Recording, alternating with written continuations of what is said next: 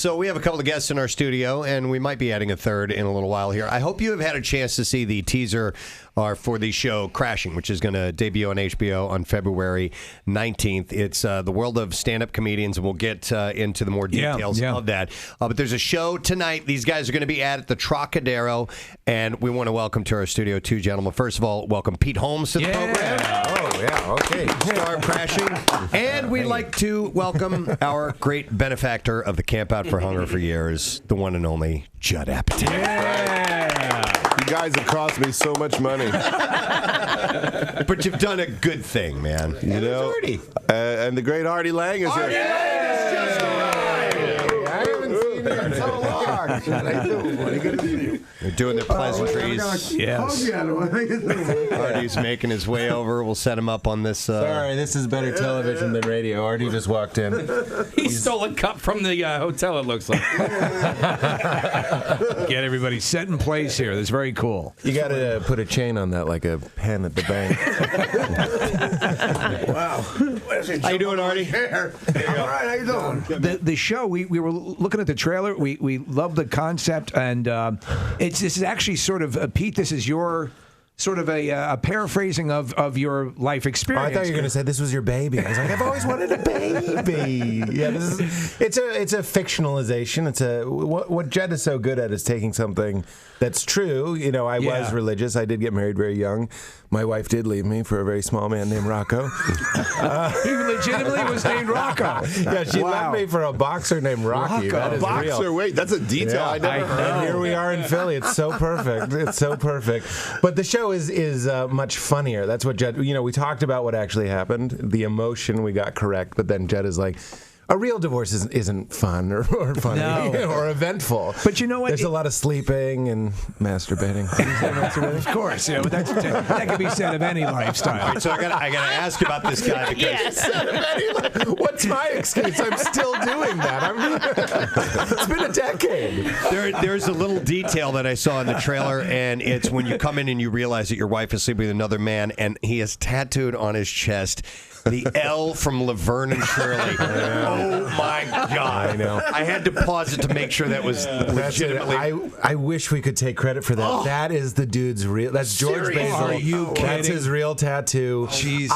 He's a friend of mine. He's hilarious. Because the character's name is Leaf. I thought he put the L on his chest to be show. funny in the audition. Wow. And he was like, "No, that's my daughter's name. Starts with an L." And I was like, "All right, well, everyone's going to be making fun of you on the radio." Oh, well, it's funny because we like to go behind the curtain on stand-up comedy and all of that. And this, Judd, correct me if I'm wrong, but this is catching the process in the open mic stages, which is almost never explored. But it's when a comedian who's finding themselves is the most vulnerable. Yeah. And you're vulnerable in your own personal experience to begin with because of finding the Laverne and Shirley guy. How dare you? And then you're trying to, you're starting out in comedy. My question is, you're a hilarious comedian.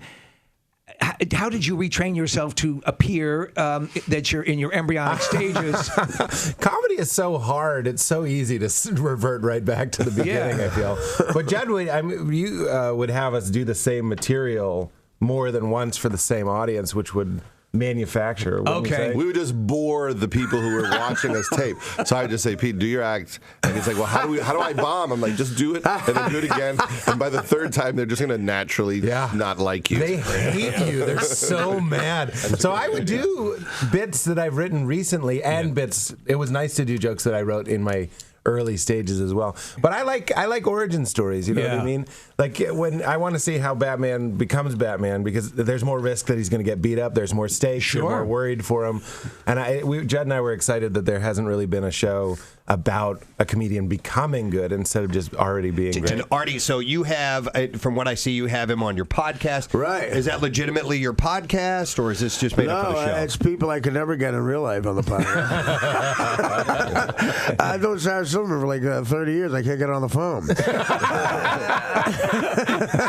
But so it was fun for me to get to have Pete and Sarah there, and then we have my real producer of my podcast, came in, which was a great detail that I guess was not necessary, but No, we like to do that. We wanted to get some of the real people. Oh, I loved it. Sure. Yeah. It was awesome. I love telling him not to speak. If you talk, we owe you $1,000. Please be quiet. He's a Chicago. He's got a rare thing, an effeminate Chicago accent, which is rare. Like, it's usually Mike It's almost Ditka, impossible. but he's like, listen, guys, I've got to go to the Bears game, and I've got Bears tickets, and and he doesn't drink, but sometimes I think he likes to get out of doing me favors to tell me he drinks, and he goes, "I'm hammered." And he lives with me, so he weaseled that, and it was like Felix. He told me he was going to leave in 2 months, and then so he just does everything for me now. There you go. And they put him on the show, which was really cool. I mean, he was very excited about that.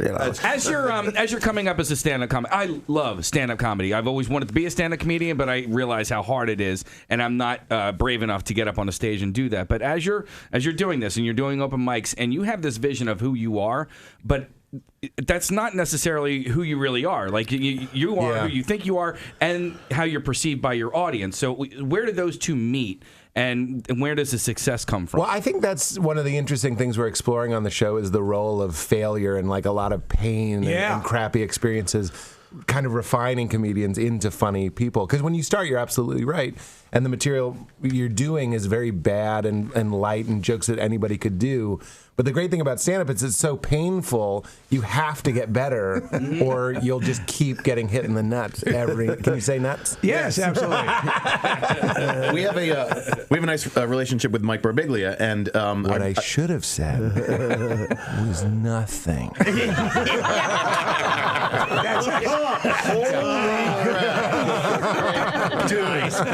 That was so good. And you were in Don't Think Twice, and Judd, you have a relationship with Mike as well, obviously. He was a consultant on the show. Okay, yeah. So that You look like Mike Birbiglia. I do a little bit. Wow, that's a compliment. I just think whoever you're talking about, you look like that. I'll take it as a compliment because he's talented. But I loved Don't Think Twice, and I loved it because of what it seems to me is sort of mirrored in this show. There's you pay attention to the art of the craft, and we're all fans of that. So how do you do that without getting too far away from actually being funny and entertaining?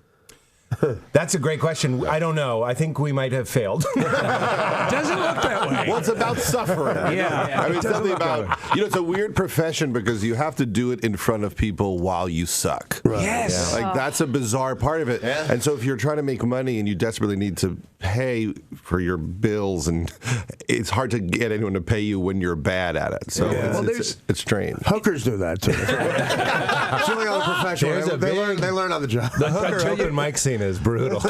Don't do it. It sounds great. It's like a free haircut. I think that's what you said. Well, it's good to have Judd because you trust somebody. Like he knows how to get it right. So if you figure you just throw a bunch of stuff out there, and he'll know what he's doing in the editing room. That's true. If not, it's like I'm clearly the bad luck charm in his career. Well, don't you have to be on Howard? If the ratings book came out and he was number 7, I'd be like, he'd look around the room and go, "What's different?"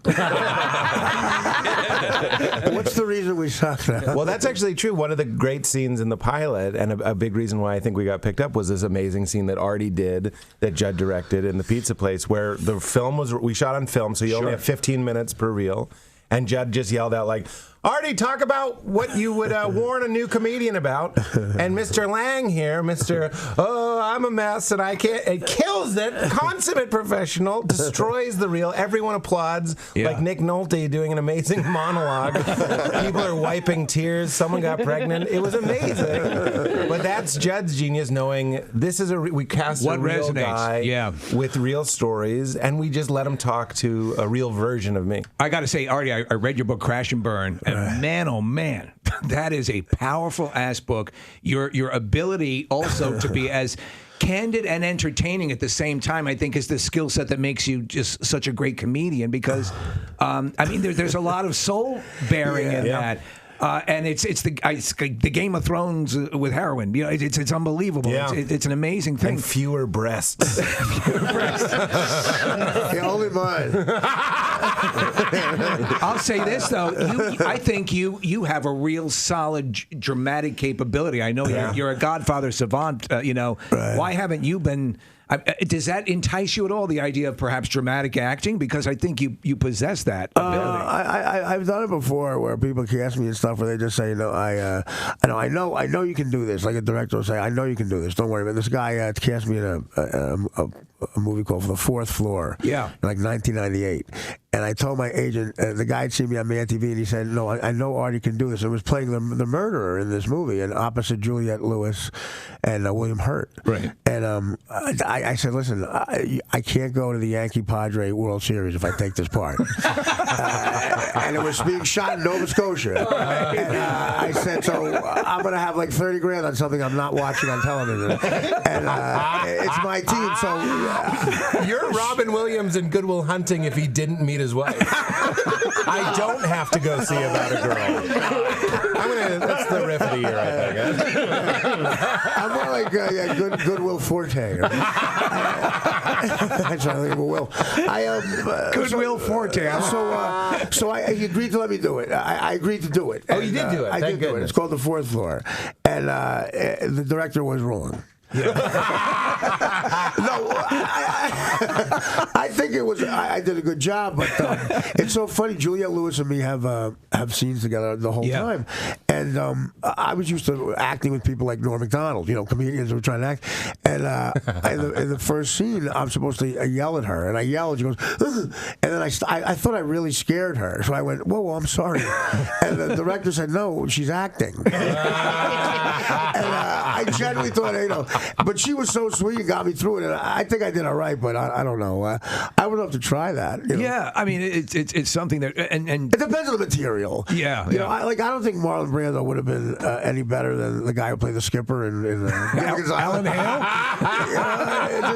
It's just crappy material. Alan Hale in The Godfather would have been fantastic. That would have been bad. That's the thing. You could call Luca Brasi little buddy. That's I remember I was talking to Norm Macdonald. I was trying to get him to act in this thing, and that's always easy. And at some point we said, "Norm, you know what? We're not going to have you do it." He's like, "Oh, good, because I don't know how to act."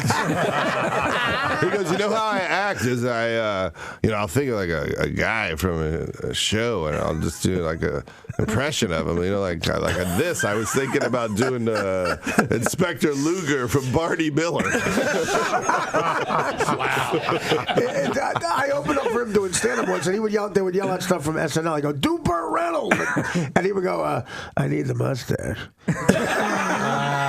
I never saw a comic just say no to something. He's a method actor. Excellent. Yeah. Well, good luck to you guys, and enjoy the evening in Philadelphia. So, Judd Apatow, Pete Holmes, Artie Lange, thank you guys. Crashing. I love it. We're going to take a break, and we'll be back in just a second. Stay with us.